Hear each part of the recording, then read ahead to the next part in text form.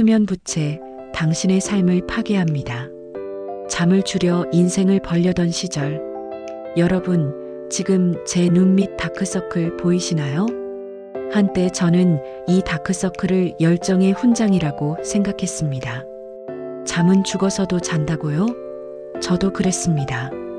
하지만 그 생각이 제 인생의 가장 큰 착각이었고 저를 파멸 직전까지 몰고 갔습니다. 매일 밤 11시에 퇴근하고 씻고 앉으면 새벽 1시. 여기서 바로 잠들면 다음 날이 너무 아쉽잖아요. 저는 이 새벽 1시부터 3시까지의 황금 같은 나만의 시간을 포기할 수 없었습니다. 취미, 자기 개발, 못 본 드라마. 모든 걸 잠과 맞바꿨죠.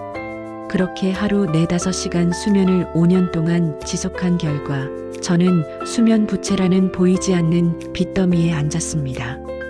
오늘은 제가 빚을 갚지 않고 버티다가 겪었던 충격적인 사연, 그리고 수면 과학 전문가들이 경고하는 수면 부채의 무서운 진실 3가지를 깊이 있게 파헤쳐 보겠습니다.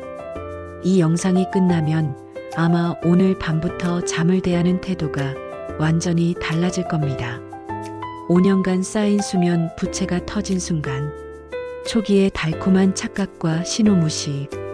처음 1년, 2년은 정말 괜찮은 줄 알았습니다. 물론 주말에 몰아서 10시간씩 잤지만 평일엔 커피와 에너지 드링크만 있으면 거뜬했죠. 나는 남들보다 2시간을 더 사는 사람이다 하는 우월감마저 있었습니다. 가끔 찾아오는 두통이나 어깨 결림은 현대인의 숙명이라며 대수롭지 않게 넘겼어요. 문제는 3년 차에 접어들면서부터였습니다. 가장 먼저 무너진 건 업무 효율이었어요. 복잡한 기획안을 보는데 문장이 머리에 들어오지 않았고 간단한 계산 실수나 오타가 잦아졌습니다. 남들이 저한테 요즘 왜 이렇게 덤벙대? 라고 물을 정도였죠. 하루 종일 피로를 풀기 위해 마신 커피는 위장만 망가뜨릴 뿐이었습니다. 정신적인 변화도 심각했습니다. 예전에는 그냥 웃어넘겼을 사소한 일에도 화가 폭발했습니다. 잦은 짜증과 신경질로 인해 가까운 친구, 심지어 가족과의 관계까지 위태로워졌습니다. 제 몸은 쉬고 싶다고 비명을 지르고 있는데 저는 그걸 스트레스로 착각하고 더 날카롭게 반응했던 겁니다. 이 모든 증상의 절정은 바로 운전 중에 찾아왔습니다. 그날도 새벽까지 야근하고 다음날 중요한 미팅 때문에 억지로 운전대를 잡았습니다. 고속도로를 달리던 중 정말 영화처럼 눈앞이 까매지더군요. 순간적으로 3에서 4초 정도 정신을 잃었던 것 같아요. 경적이 울려서 번쩍 눈을 떴는데 제 차가 옆 차선으로 살짝 비틀어져 있었습니다. 간발의 차로 사고를 면했죠. 그때 온몸의 피가 식는 기분이었습니다. 제가 잠을 줄여 얻으려던 건 성공적인 삶이었는데 결국 제 삶 자체를 잃을 뻔한 겁니다. 그때야 깨달았습니다. 잠은 빚이고 이 빚은 반드시 갚아야 한다는 것을. 병원에 찾아가서 이 사연을 이야기했더니 의사 선생님은 단호하게 말씀하셨습니다. 당신은 심각한 수면 부채 상태입니다.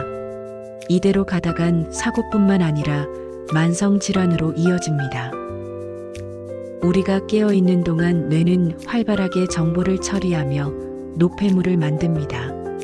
가장 위험한 노폐물 중 하나가 바로 아밀로이드 베타라는 단백질입니다.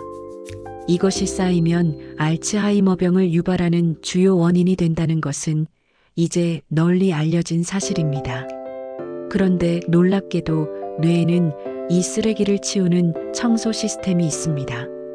바로 글림프 시스템입니다.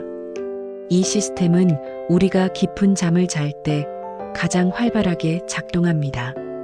잠이 부족하다는 건 뇌 속의 쓰레기통을 비우지 않고 매일 노폐물을 계속 쌓아두는 것과 같습니다. 결국 잠을 줄인다는 건 단지 피곤하다는 문제를 넘어 미래의 인지 기능과 건강을 담보로 빚을 지는 행위와 같습니다.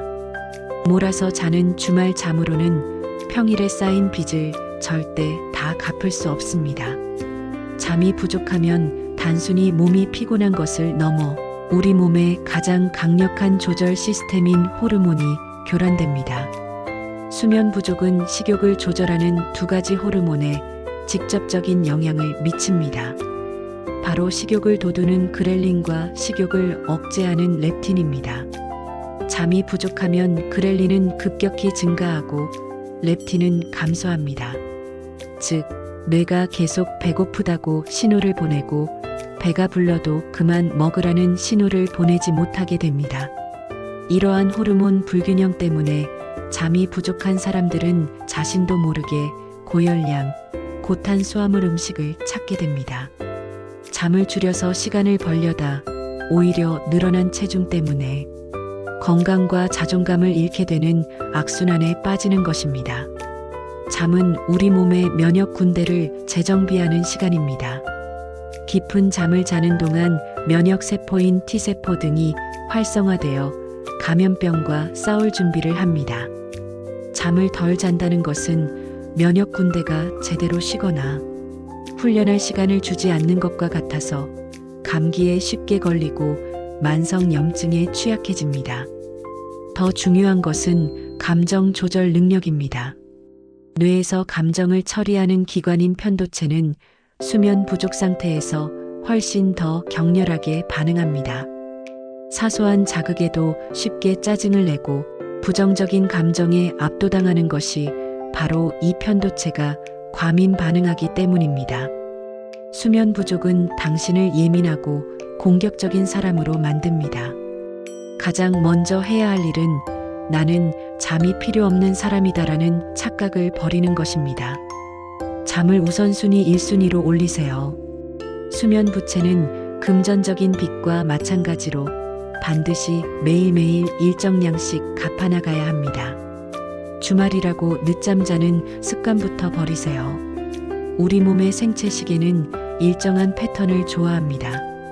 매일 같은 시간에 일어나고 같은 시간에 잠자리에 드는 것이 잠의 질을 높이는 가장 확실한 방법입니다. 주말 늦잠은 평일의 수면 리듬을 더 망가뜨립니다.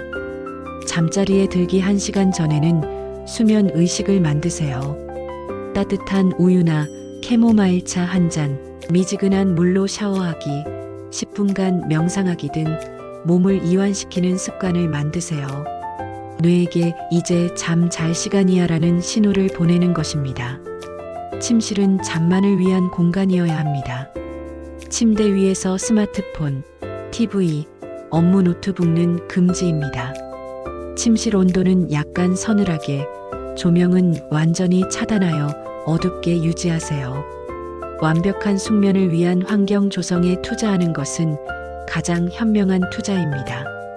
잠을 유도하는 멜라토닌 호르몬은 어두워야 분비됩니다. 잠들기 최소 1시간 전에는 스마트폰, 태블릿, PC에서 나오는 블루 라이트를 반드시 차단하세요. 저는 이 습관 하나만으로도 수면의 질이 확 달라지는 것을 경험했습니다. 저는 수면 부채를 갚기 시작한 후로 이전보다 훨씬 더 높은 집중력과 긍정적인 감정을 되찾았습니다. 7시간의 잠은 5시간의 비효율적인 활동보다 훨씬 많은 것을 가져다 줍니다. 혹시 여러분도 저처럼 잠을 줄여 인생을 벌려던 사연이 있으신가요? 수면 부족으로 겪었던 가장 충격적인 경험을 댓글로 공유해 주세요. 이 영상이 여러분의 건강한 삶의 시작점이 되길 바랍니다. 구독과 좋아요는 이 좋은 습관을 널리 퍼뜨리는데 큰 힘이 됩니다. 감사합니다.